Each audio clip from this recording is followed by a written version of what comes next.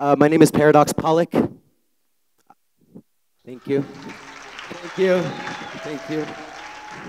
I ran away from home when I was 14, almost died in a fire, was introduced to an underground world at a very early age, and separated myself in a lot of ways from the culture of oppression, and got to see it from a certain perspective. And the first thing that came is the ability to speak certain languages that come from character.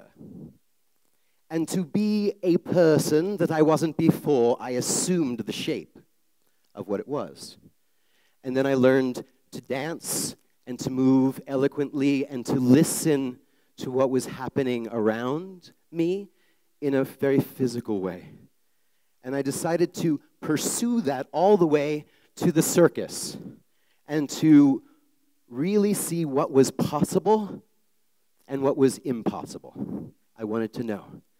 I wanted to see what was actually possible. So, what's possible? This is a call to arms. Please raise your hands. Your arms up in the air. And just feel the air with your fingertips. And then bring one down. And we're going to do a piece of technology. What is primal technology? This is primal technology. We're all going to clap at the same time. Now we're here. That's a form of technology that says, hey, everybody, let's pay attention. Come together. See ourselves alive and present together. The circus and the spotlight became film and the camera and the story at the center. The story at the center to make myths that ripple out to the entire world and then create practices and behaviors. So, this is me here in front of you to share what primal technology is.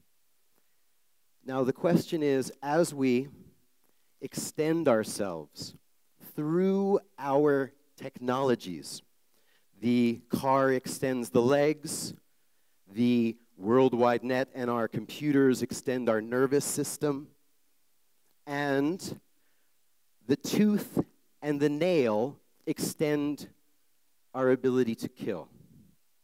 The gun is an extension of that.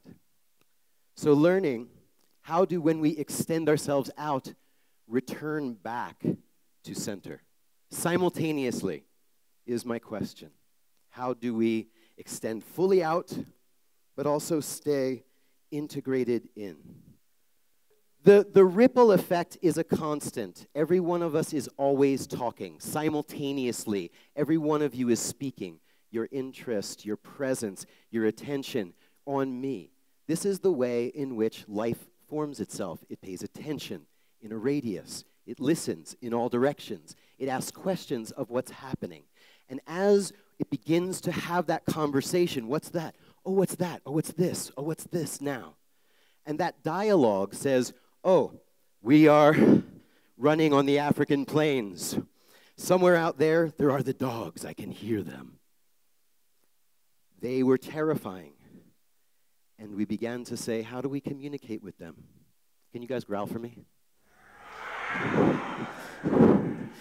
So as I'm terrified from the side, I begin to go, hey, maybe we can incorporate them into our story. Let's communicate. We offer a bone. They come to the edge. Chew. Oh, I can hear them. They're happy. A little closer, a little closer, a little closer. Eventually, we got Pekingese in the lap. Success, technology. We want to talk to the metal that we dug out of the earth. How do we actually make it useful? We had to talk fire to it. We had to talk forge to it and the hammer to it until it obeyed our laws and said, okay, I'm yours. Nice work. You know, touch the chair you're on. Someone made it. But this is our primal technology, language, the fact that you can understand me, the fact that there's another voice in your mind, maybe it's a translator, saying what is happening. That language is it's a technology from before us. So speech, agriculture, animal husbandry, medicine, all of these things are technology. So back in the day when we're running around, it's like, hey, try that. Oh, it killed me. Done. Okay, not that. We won't eat that anymore. This one, oh, feels good. This one, whoa. Medicine. Okay. And every one of the things that we were talking about today, that each was so impactful and so powerful, is just a moment of saying, hey, can we talk to this? How do we talk to this? There's people who are hurting each other. How do we talk to that? There's a lack of water. How do we talk to it? And being able to figure out and say, yes. So 200,000 years in this same skeleton and nervous system. And what I'm realizing is that this dialogue and this iteration, we have to begin to ask ourselves, the things that we've created are somewhat good for us and somewhat not so good for us. So Livingry is a poetic of Buckminster Fuller, one of my favorite geodesic dome creators and great thinkers, and I wish I had spectacles to make you feel like I was more of a scientist, because he was an amazing design scientist. And he decided about livingry and weaponry. Can I borrow someone's glasses for a second? Can I look like a scientist? May I? Just for a second. So essentially, it's my prescription. No, that's really astounding. And can we begin to bring up the lights?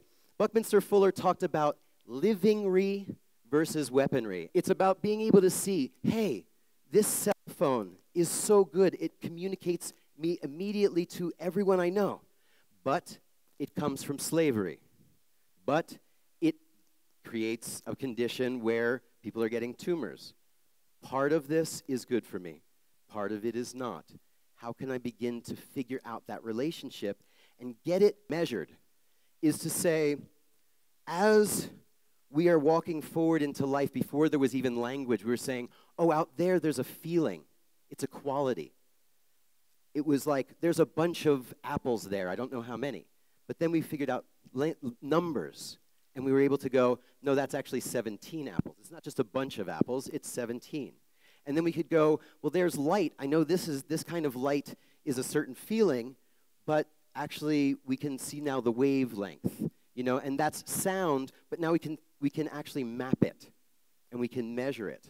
And right now I'm really asking us to pay attention to what we can measure, that we can actually begin to say, okay, how do we find the relationship to our own well-being?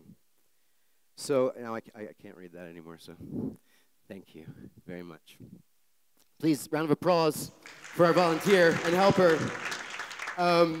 So Carl Jung would talk about, he has this phrase, nature is not only a driving force, it is also a helper.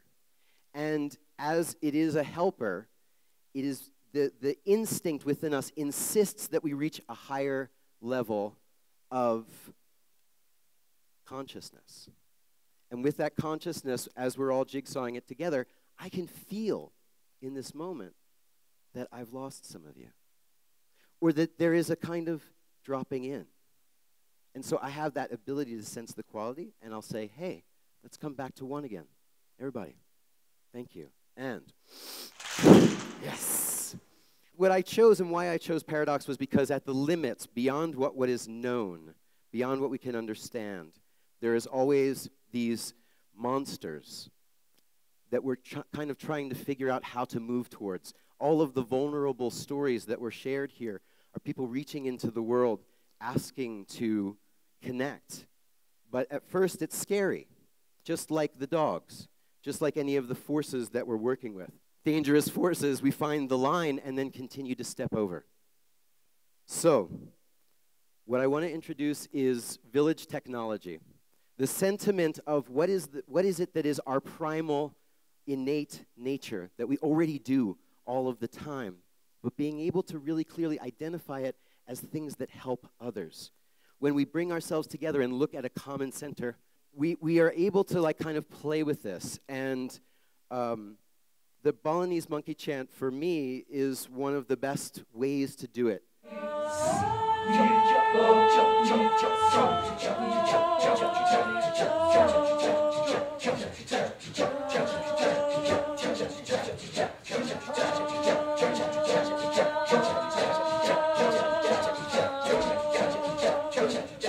So that technology, though it seems like a silly child's game, comes out of thousands of years of finding what's sacred. What's sacred is what works for humanity. For them, it was about being in close proximity. It was about relating to each other in a very immediate, rhythmical way, that out of the center of that came prayer, intention, and where to send it.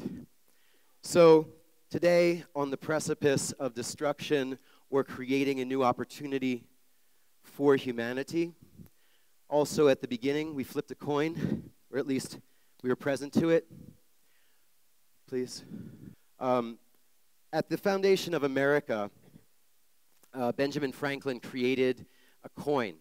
So on this coin, and it's a really brilliant poem, and it was supposed to be on the first American dollar, but it never took off. In 1787, Benjamin Franklin coined it. He said, on one side, the 13 colonies and the 13 cycles of the moon, we are one. That is true. We are one. However, on the other side is a sun in the distance and a sundial measuring that sun. And underneath it says, mind your business. We are one. Mind your business. Take care of yourself. Take care of your family, your place, your position, what you're doing, but act as if we are all one. And that's village technology. We are in a global village, and we have all the tools that we need to actually bring about the transformation that have been indicated through all of these speakers. And I just want to say, we can currently survive any disaster, ecological, social. We have the tools. We could possibly even survive ourselves. Thank you.